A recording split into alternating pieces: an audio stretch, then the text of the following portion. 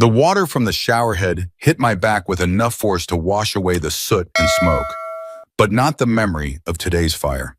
3 kids nearly didn't make it out of that house on Maple Street. I closed my eyes, letting the scalding water run down my face, trying to push away the image of their terrified expressions when I carried them out one by one. Saving lives never got old, but the fear in those little eyes, that part still haunted me. I was so lost in thought that I didn't hear Laura come home. It wasn't until I stepped out of the bathroom, towel wrapped around my waist, that I noticed her sitting on our bed, scrolling through her phone with unusual intensity. Her fingers moved quickly, and I caught a glimpse of what looked like a text conversation before she quickly flipped the phone screen down. "Hey, babe," I said, leaning down to kiss her. She flinched and quickly locked her screen. "Mark, you startled me." That was the 3rd time this week I'd caught her guarding her phone like it contained nuclear launch codes. Something was off, but between my 48-hour shifts at the station and the wedding planning, I hadn't had the mental bandwidth to address it. "Rough day?" she asked, not quite meeting my eyes, a nervous edge to her voice I hadn't heard before. "Yeah, house fire on Maple. Got everyone out, but it was close." I pulled on a pair of jeans and a clean t-shirt, watching her in the mirror as I dressed. Her eyes kept darting to her phone. The youngest was maybe 4, reminded me of your student, Tommy, the one with the dinosaur obsession. Usually that would have made her smile, launch into a story about her 2nd graders. Instead, she just nodded distractedly. "How were the Rugrats today?" I pressed, a sinking feeling growing in my stomach. Laura taught 2nd grade at Asheville Elementary. Usually she'd launch into animated stories about her students' latest antics. But lately, she'd been strangely subdued. "Fine, nothing special." She stood up abruptly, almost knocking over the bedside lamp. "I'm going to take a bath." Before I could respond, she had grabbed her phone and disappeared into the bathroom. The click of the lock echoed in our bedroom like a gunshot. I sat on the edge of the bed, a knot forming in my stomach. This wasn't Laura, my Laura, who used to curl up next to me after rough shifts and listen for hours while I processed the day. The woman who'd proposed to me after our hike up to Looking Glass Rock last year, getting down on one knee with a vintage watch instead of a ring because she knew I'd appreciate the symbolism of time spent together more than diamonds. I glanced at the bathroom door, hearing the water running and faintly, the sound of her voice. She was on the phone, in the bathroom, with the door locked. Something had changed, and as much as I wanted to attribute it to wedding stress, my gut told me it was more than that. The question was, did I want to know what? "Have you talked to her about it?" Jake asked, handing me a beer as we sat on his back deck overlooking the mountains that gave Asheville its postcard appeal. The sunset painted them gold and crimson, but I barely noticed. Jake had been my best friend since our rookie days at the fire station, and he never sugarcoated anything. He'd been there through everything: my parents' messy divorce, my brother's stint in rehab, the day I nearly died in a warehouse collapse. If anyone would give me straight talk, it was him. Every time I try, she changes the subject or says everything's fine. I took a long pull from the bottle, feeling the cold beer slide down my throat. She's constantly checking her phone, going into other rooms to take calls. Last night, she was texting someone at 2 a.m. "You check her phone messages?" Jake raised an eyebrow. "No, I woke up and she was on the balcony typing away. When I asked who she was talking to, she said it was her mother having an anxiety attack." I shook my head.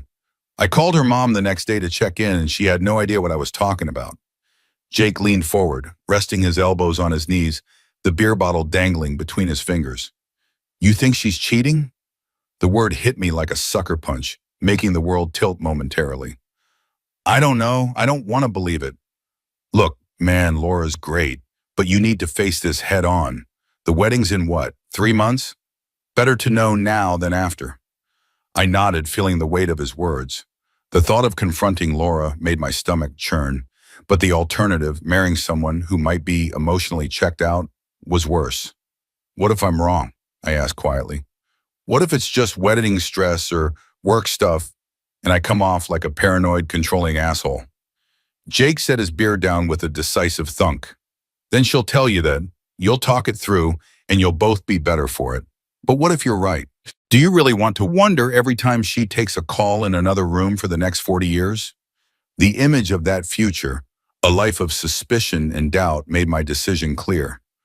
I'll talk to her tonight, I promised. But when I got home, Laura was already asleep, or pretending to be. Her phone was tucked under her pillow, just visible in the dim light from the hallway.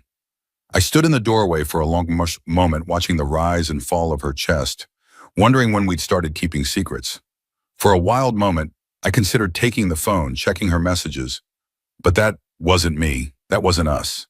Or at least, it hadn't been. Instead, I slept on the couch, telling myself it was because I didn't want to wake her. But the truth was, I couldn't bear to lie next to her and pretend everything was normal. The next morning over breakfast, I tried again. Laura was already dressed for work, hair pulled back in the neat ponytail she wore for teaching, sipping coffee and scrolling through her phone. "Laura, we need to talk."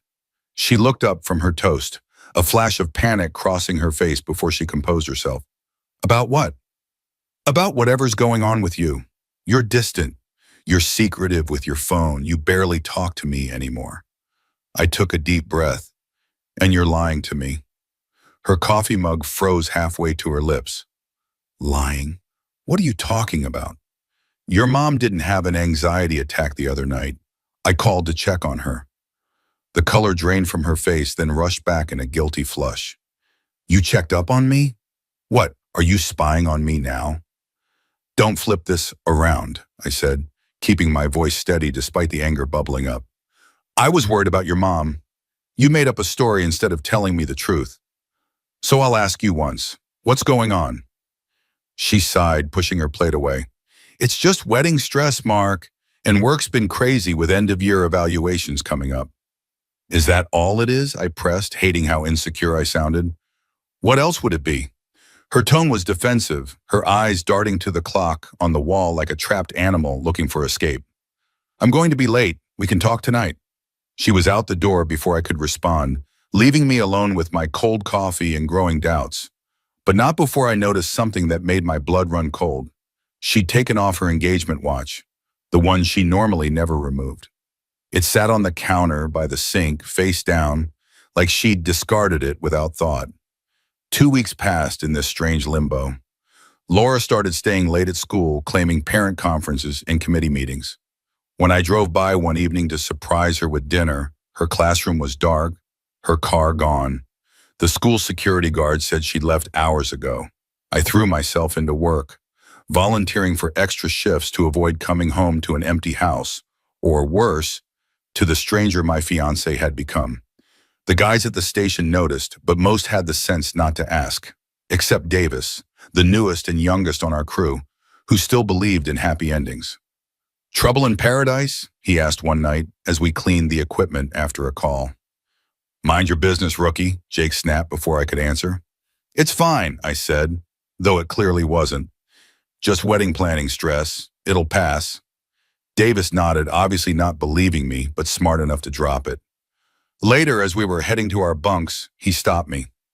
"My sister's getting married next month," he said. "She turned into a completely different person for a while. Stressed about centerpieces and guest lists, snapped at everyone. But she came around, said, I appreciated the kid's attempt at reassurance, but he was describing normal wedding jitters, not whatever was happening with Laura. Still, I clapped him on the shoulder. "Thanks, man. I'm sure it'll work out." The lie tasted bitter on my tongue, but it was easier than the truth. Then came the text that changed everything. "Dinner tonight, just the two of us.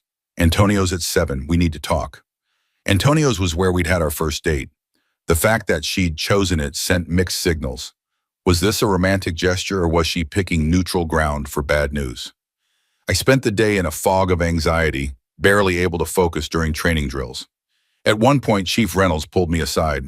"Your head's not in it today, Thomas. Want to tell me why?" I respected Reynolds too much to lie to him. "Personal stuff, Chief. I'll get it sorted." He studied me with eyes that had seen everything in 30 years of service. "Family trouble's the hardest kind. Take the rest of the day.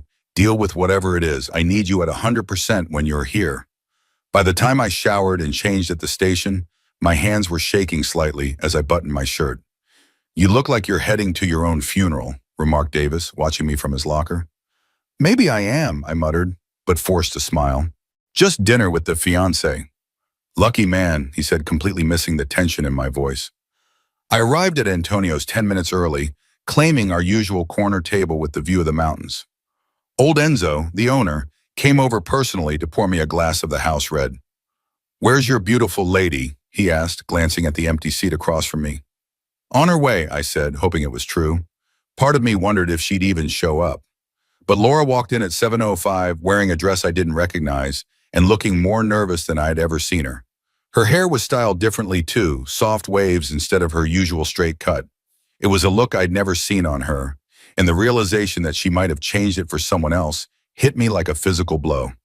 "You look beautiful," I said as she sat down, because despite everything, she did. "Thanks." She fidgeted with her napkin, not meeting my eyes. I noticed she still wasn't wearing her engagement watch. We ordered wine, and Laura took a large gulp as soon as it arrived. The waiter had barely left when she blurted out, "Travis is back in town." The name hit me like a bucket of ice water. Travis Hamilton, Laura's college boyfriend, the one she'd dated for 4 years before moving to Asheville. The one she'd once described as the wild ride that eventually crashed. "Okay," I said carefully, my heart pounding so hard I was sure she could hear it. "And why does that matter?" "He reached out to me a few weeks ago, just to catch up at first." Her fingers traced the stem of her wine glass, round and round in hypnotic circles. "But we've been talking. A lot." My chest tightened. "Talking?" "Yes, and meeting up sometimes, for coffee." The room seemed to tilt slightly, the ambient restaurant noise fading to a distant hum. "You've been meeting your ex-boyfriend for coffee and didn't think to mention it to me?" "I didn't know how to tell you. I knew you'd be upset." "I'm upset because you hid it, Laura, not because you had coffee with someone." Even as I said it, I knew it was a half-truth. The secrecy was bad, but the thought of her reconnecting with Travis was its own special kind of torture. She took another drink, then looked me directly in the eyes for the first time that evening. "There's more to it, Mark." The waiter approached with bread, but I waved him off so violently he nearly dropped the basket. "What more?" "Being around Travis again, it's brought up a lot of feelings. Feelings I thought were gone." I sat perfectly still, my body seemingly unable to move while my mind raced ahead, anticipating what was coming next. Around us, couples were laughing, clinking glasses, sharing tiramisu. Normal people having normal dinners, while my world was collapsing inward like a dying star. With him, I feel this passion, this excitement, like life is an adventure. Her words tumbled out faster now, as if she'd rehearsed this speech but was now rushing through it. "And with you, it's different. It's safe and secure and boring," I supplied, my voice surprisingly steady despite the grenade she'd just lobbed into our relationship. "Not boring, just predictable, comfortable." She reached for my hand across the table, but I pulled back as if her touch might burn me. "Mark, I love you. I do. But seeing Travis again has made me wonder if I settled too soon. If I gave up on something electric for something reliable." The restaurant noise faded to a dull roar in my ears. 5 years together, a home, wedding plans, all of it reduced to reliable, like I was a sensible sedan instead of the man she'd chosen to spend her life with. "So what are you saying exactly?" I needed her to spell it out, to own whatever decision she was making. "I don't know." Tears welled in her eyes, making them shine in the candlelight. "I'm confused. Part of me wonders what would have happened if I'd given Travis another chance back then, instead of walking away." A cold clarity settled over me, like the moment after jumping into icy water when shock gives way to sharp focus. "Let me make this simple for you, Laura. If you think he's better for you, the door's wide open. But you don't get to keep me as your safety net while you figure it out." "That's not fair," she protested, her voice rising enough that a couple at the next table glanced over. "I'm just being honest about my feelings." "No, what's not fair is hiding your coffee dates from me for weeks. What's not fair is sitting across from your fiancé and telling him another man makes you feel more alive." My voice remained low but had taken on an edge I barely recognized. "I deserve better than to be your backup plan." "You're twisting my words." Her tears spilled over now, tracking mascara down her cheeks. "I never said you were a backup plan. You didn't have to." I placed my napkin on the table and signaled for the check. I think we're done here. Mark, please, can we just talk about this? I'm trying to be honest with you. Your honesty is a few weeks too late. The waiter dropped the check, and I placed my credit card on the tray without looking at the total. So here's some honesty from me. If he's what you want, go get him, but not from my house and not while wearing my watch. Her face crumpled. Are you breaking up with me? I'm giving you what you asked for, the freedom to find out if the grass is greener with Travis. But I won't be waiting around to see how that works out for you. That's not what I want, she insisted. But her protest sounded hollow, even to her own ears, judging by the way she flinched at her own words. What do you want, Laura? Because it sounds like you want to explore things with Travis while keeping me on standby. She didn't answer, which was answer enough. Can't we just take some time, a break to figure things out? I laughed, a harsh sound with no humor in it. A break so you can test drive Travis while I sit at home waiting to see if I measure up? That's not happening. The waiter returned with my card and I signed the receipt quickly, adding a tip larger than necessary to compensate for the drama he'd witnessed. I'll be staying at Jake's tonight. I expect you'll need some time to pack your things. You're kicking me out, just like that? Her voice rose, drawing glances from nearby tables. The house is in my name, I reminded her quietly. And yes, just like that. The same way you've apparently been reconsidering our entire relationship. Just like that. I stood up, feeling strangely calm despite the earthquake that had just destroyed the future I'd planned. I'll text you when I'm heading to work tomorrow. You can come by then to get your stuff without us having to see each other. As I walked away, I heard her call my name, her voice breaking. I didn't turn around. The cool evening air hit me as I stepped outside, and I took a deep breath, trying to process what had just happened. The hostess caught my eye as I passed. Everything okay, sir? No, I answered honestly, but it will be. My phone buzzed with a text. Laura, please come back. Let's talk about this. I turned off my phone and drove to Jake's, the world blurring around me. The news spread through our small community like wildfire. By noon the next day, it seemed everyone knew that Mark Thomas and Laura Bennett were no longer getting married. The story varied depending on who was telling it. Some said I'd caught her cheating. Others claimed we'd had a dramatic public breakup at Antonio's. I ignored the calls and texts, focusing instead on the practical aspects of dismantling our life together. I contacted the venue, the caterer, the photographer. Each cancellation was another nail in the coffin of what I thought would be my future. You sure you don't want to wait a few days? Jake asked as I hung up with the bakery. Give yourself time to cool off, maybe talk it through. There's nothing to talk through, I said, deleting the wedding planning app from my phone. She's not sure about us. That's all I need to know. People get cold feet, man. It happens. I looked up at him, feeling 10 years older than I had yesterday. This isn't cold feet. She's actively questioning whether she should be with me or her ex. That's not something you work through with a heart-to-heart and a good night's sleep. Jake couldn't argue with that. He handed me another beer and sat quietly beside me as I methodically erased the wedding plans we had spent months making. My phone rang again.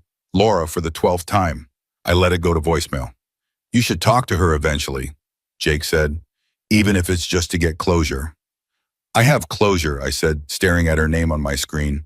She wanted out, and now she is. But even as I said it, I knew I'd have to face her again. We had a house full of shared possessions, 5 years of entangled lives.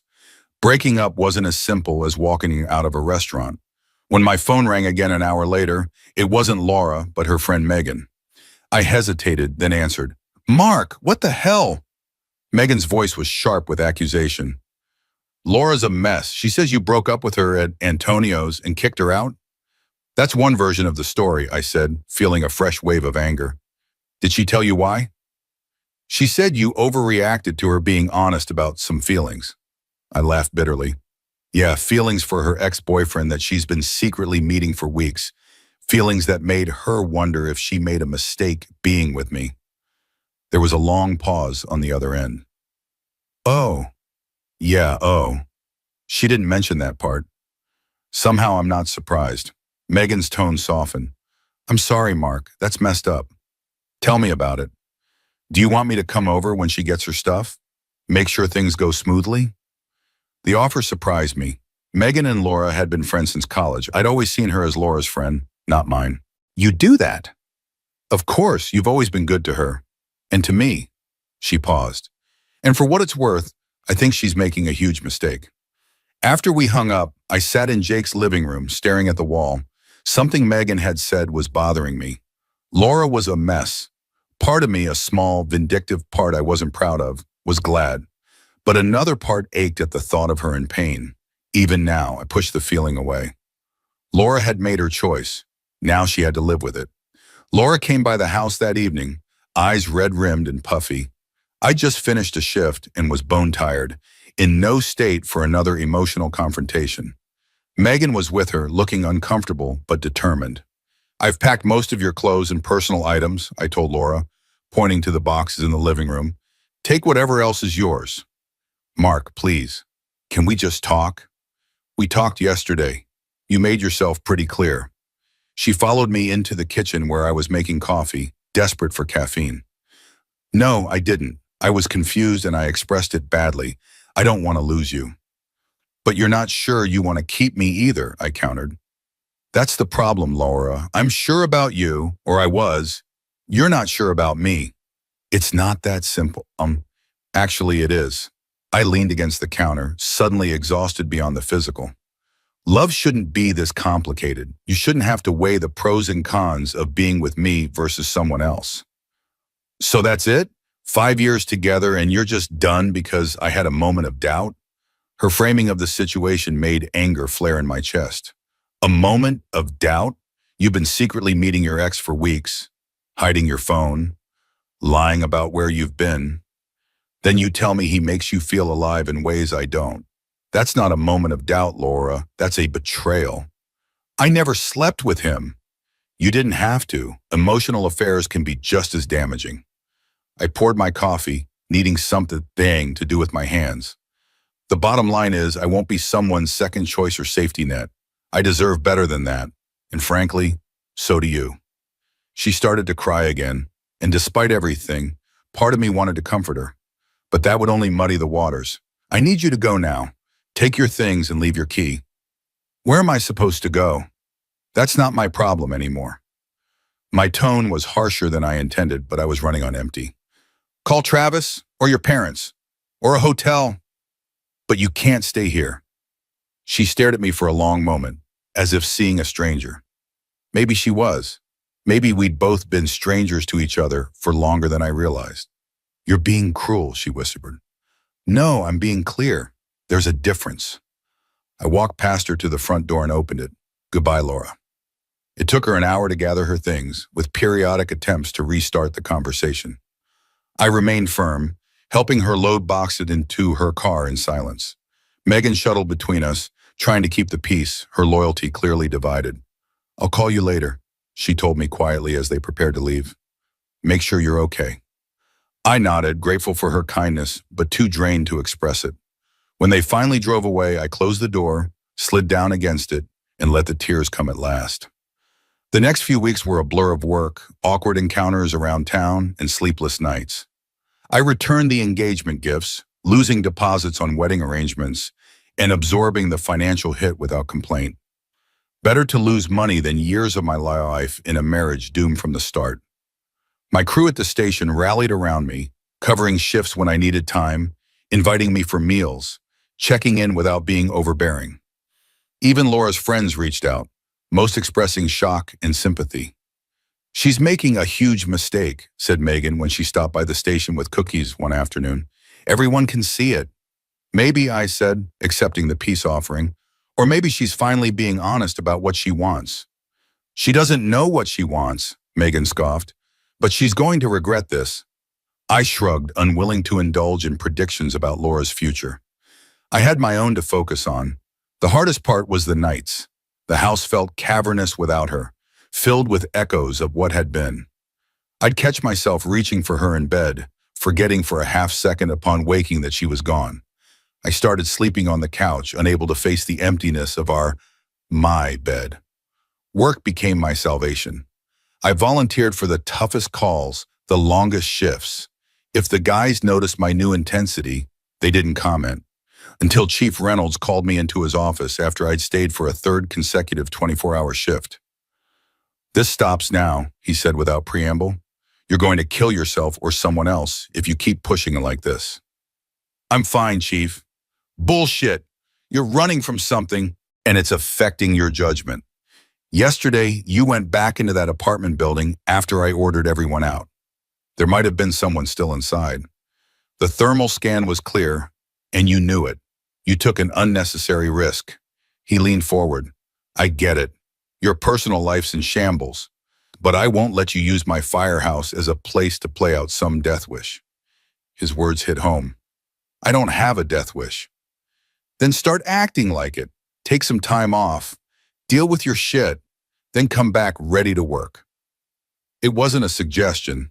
I nodded, knowing he was right. "How long?" 2 weeks, minimum." He softened slightly.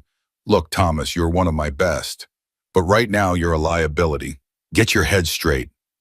2 days into my forced vacation, I was already climbing the walls. Jake found me in my garage at 7 a.m., dismantling and cleaning every tool I owned. "Get dressed," he said, tossing a duffel bag at me. "We're going somewhere." "I'm busy."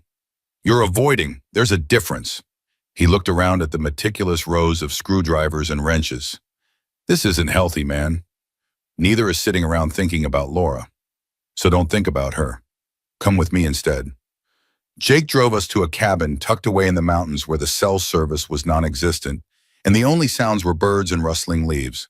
For 3 days, we hiked, chopped wood, and ate whatever we managed to cook over an open fire. At night, we sat on the porch with beers, talking about everything except Laura, until the last night when Jake finally asked the question I'd been dreading. "You doing okay with all this? Really?"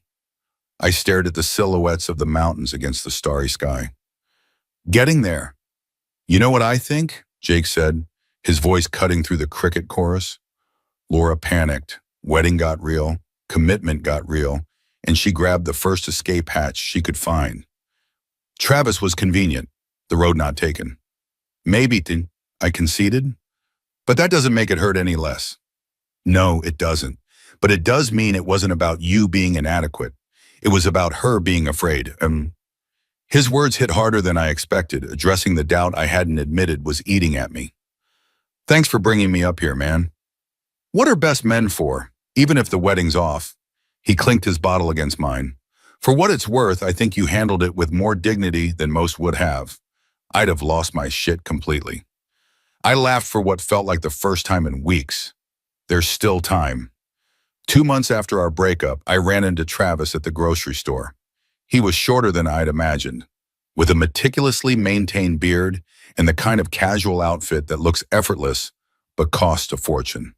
He recognized me immediately, which meant Laura had shown him pictures. The thought made my stomach turn. "Mark, right?" He approached with an outstretched hand. "I'm Travis Hamilton." I considered ignoring him but decided against creating a scene in the produce section. I shook his hand briefly. "I know who you are." "Look, man, I just want to say there's no hard feelings, right?" Laura and I reconnected, but it wasn't planned. The audacity of his attempt at clearing his conscience made me laugh. "No hard feelings? You swooped in on my fiancée, and you want absolution from me? That's rich." He had the grace to look uncomfortable.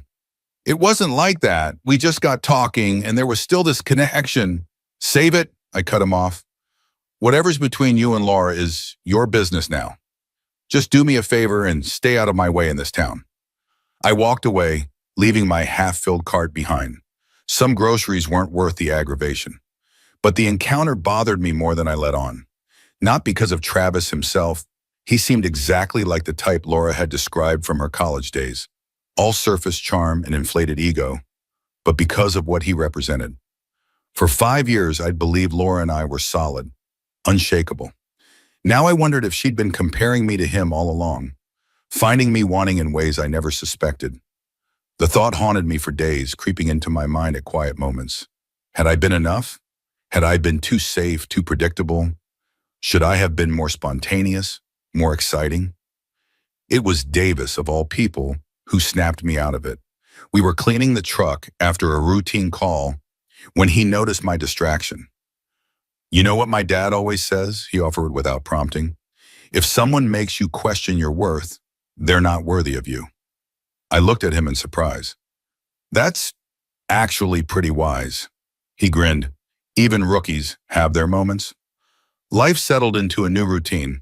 I threw myself into work in healthier ways, earning a commendation for a particularly dangerous rescue during a flash flood. I started hiking again, something Laura had never enjoyed, but that had always centered me. I reconnected with old friends and made new ones, expanding my world beyond the narrow focus it had taken during my relationship. You're doing better than I expected, Jake commented one evening as we grilled steaks in his backyard. What did you expect? Me crying into my beer for a year? Kinda, yeah. He flipped the steaks with practiced precision. You guys were together forever. I thought it would wreck you. I considered this as I sipped my beer. It did, for a while, but then I realized something. I dodged a bullet. Imagine if she'd had these doubts after we were married, or when we had kids.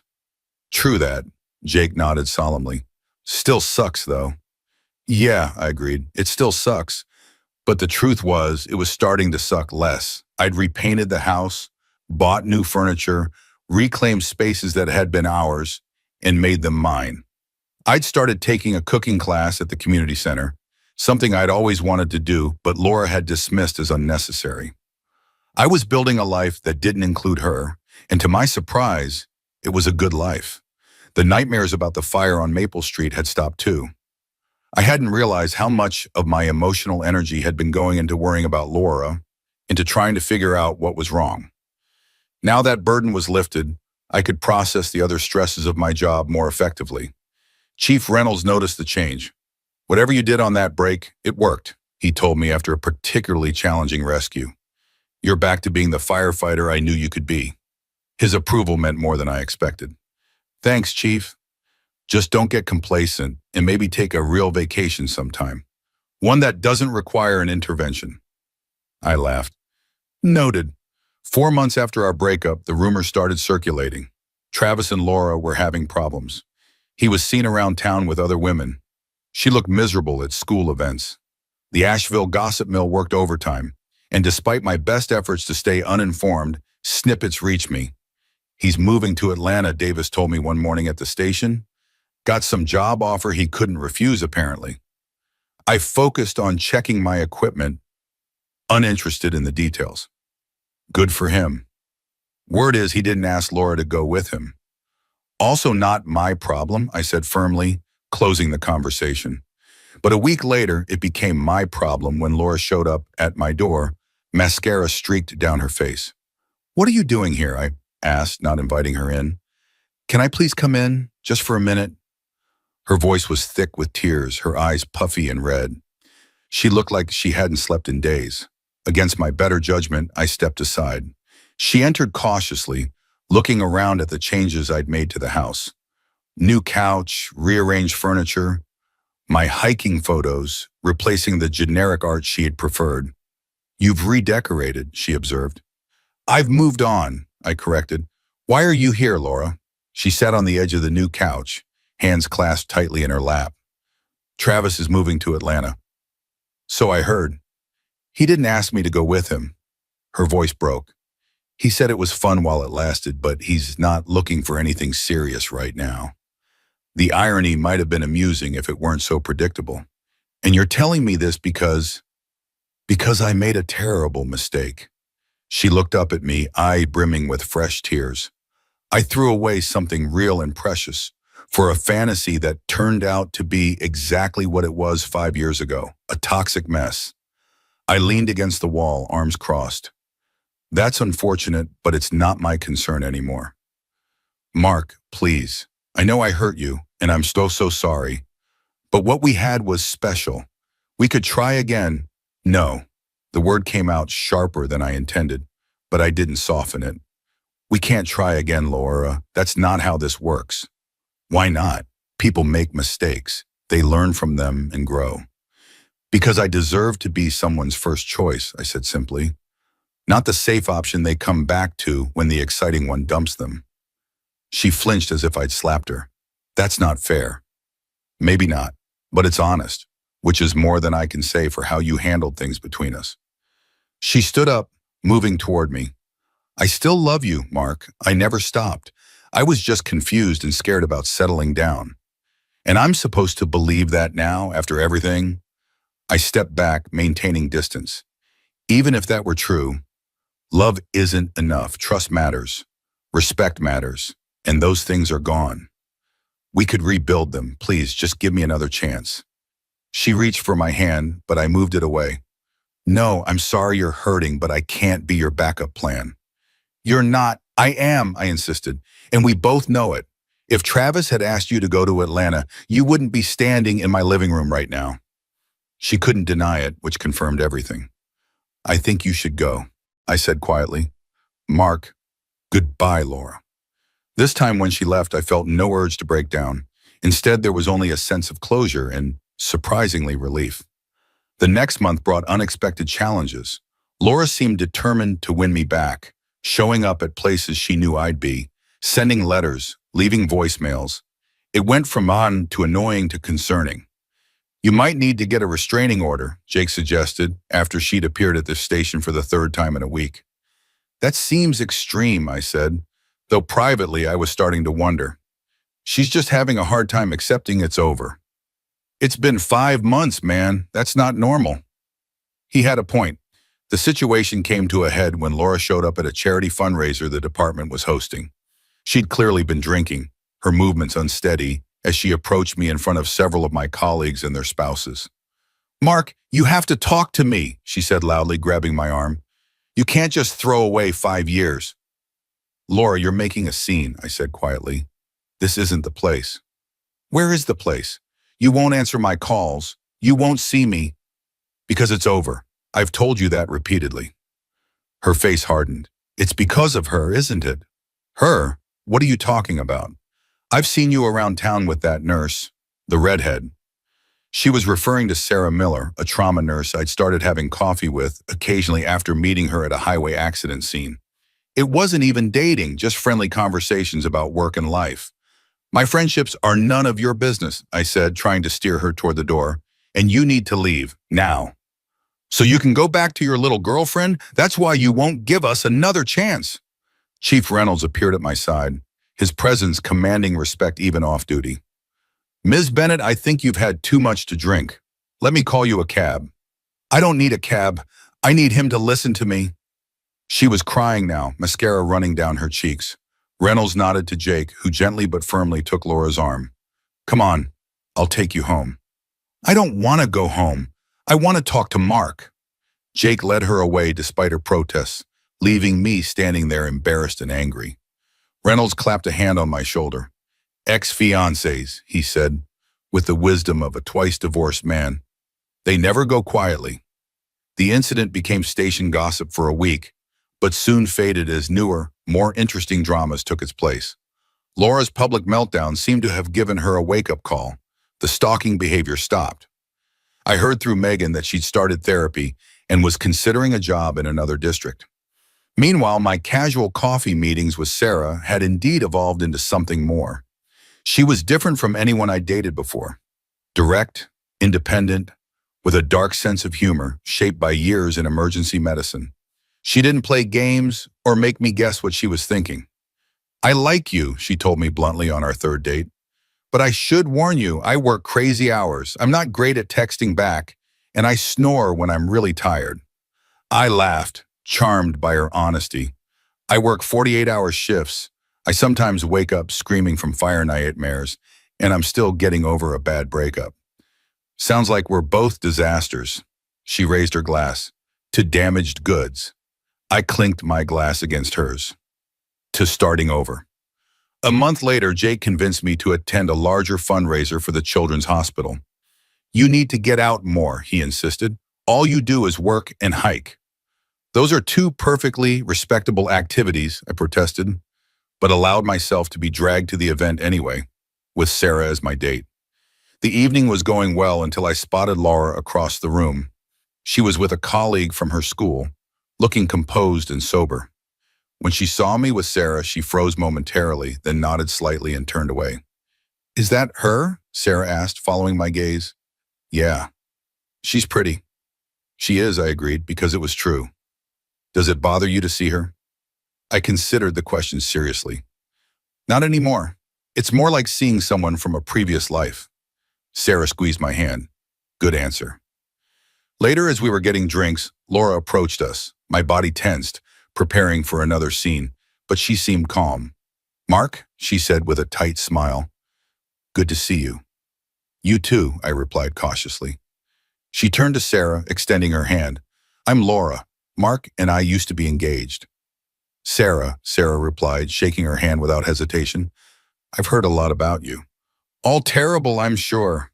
Laura's attempt at humor fell flat, but I appreciated the effort. Actually, no, Sarah said kindly. Just that things didn't work out. An awkward silence fell. Laura cleared her throat. Well, I just wanted to say hello, and she looked at me directly. I'm sorry for my behavior at the last event. It was inappropriate and embarrassing. It's forgotten, I said, meaning it. Thank you. She glanced between us. You two make a nice couple. Before I could respond, she walked away, back straight, head high. That was unexpected, Sarah commented. Very. Are you okay? I watched Laura rejoin her friend across the room, feeling a strange mix of emotions. Nostalgia, sadness, but mostly acceptance. Yeah, I am. My birthday rolled around in November, 7 months after the breakup with Laura. I'd planned a small gathering at my place, just a few friends, good food, nothing elaborate. Sarah had offered to help, arriving early with ingredients for her famous buffalo chicken dip and a bottle of my favorite bourbon. Where do you want these? She called from the kitchen, holding up party supplies. Wherever you think they look best, I answered, trusting her judgment in a way that felt both novel and right. The doorbell rang as I was setting up the grill on the back deck. Can you get that? I called to Sarah. It's probably Jake with the ice. A moment later, Sarah appeared in the doorway, her expression tight. It's not Jake, she said quietly. I turned to see Laura standing behind her, clutching a wrapped package and looking completely thrown by Sarah's presence. Laura, I said, surprise evident in my voice. What are you doing here? It's your birthday, she said, as if that explained everything. Her eyes darted between Sarah and me. I didn't realize you had company. I'm Sarah. Sarah extended her hand with professional courtesy, though her eyes had cooled considerably. Mark's girlfriend. The word hung in the air between us. We hadn't officially labeled what we were yet, but in that moment I was grateful for her clarity. Laura's face fell slightly, but she recovered quickly. Nice to meet you. I'm Laura, an old friend.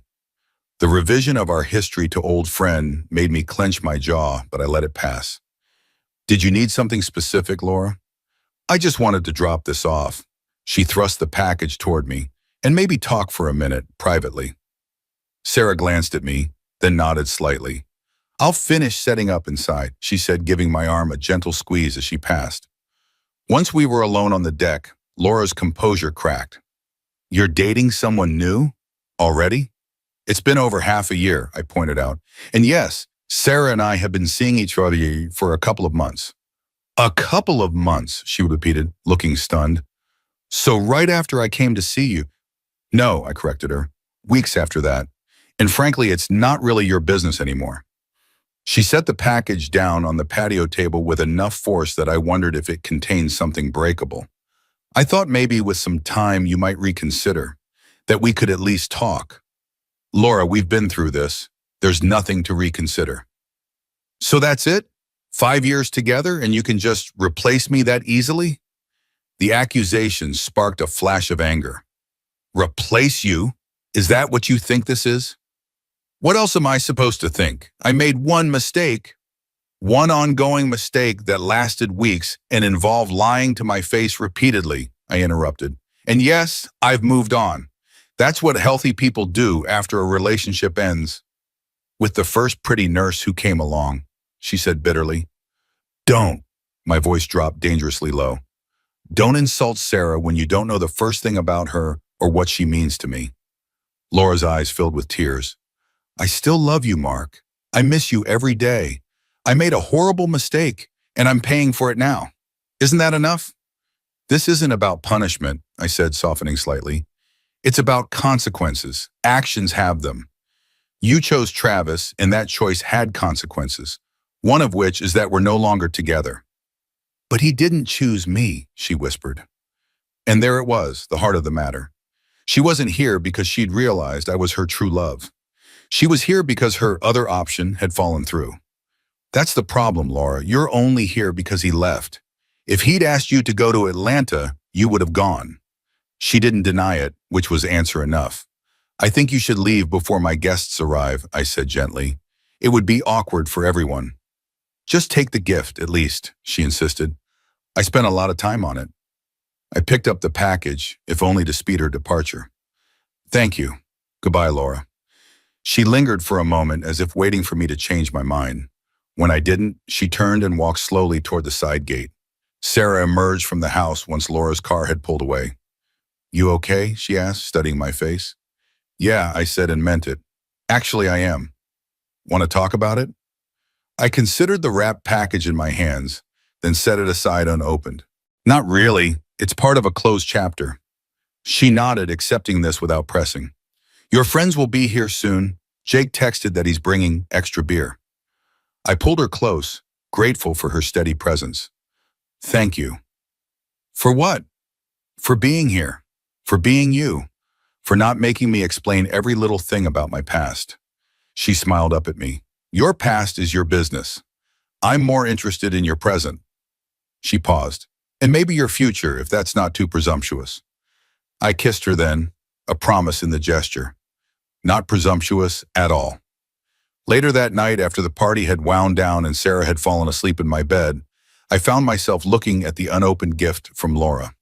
Curiosity finally won out, and I carefully removed the wrapping paper. Inside was a handcrafted photo album filled with pictures from our 5 years together.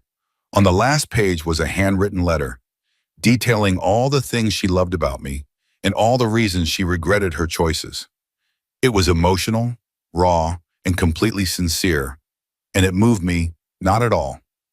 I closed the album and placed it in a box in the back of my closet where it would likely remain untouched. Not because I was still angry or hurt, but because those memories belonged to a different life now, a life I had grieved and moved beyond. In the dim light from the hallway, I could see Sarah's outline under the covers, her breathing deep and even. I slipped back into bed beside her, feeling her instinctively curl toward me in her sleep. 6 months later, I sold the house. Sarah and I found a place closer to both our workplaces, with a view of the mountains and enough space for her books and my hiking gear. It wasn't perfect. The kitchen needed updating, the deck was weathered, but it was ours, a fresh start. Laura eventually moved to Charlotte for a new teaching position. The last I heard, she was dating someone new. When people asked me if I ever regretted how things ended, my answer was always the same. The only thing I regret is not ending it sooner.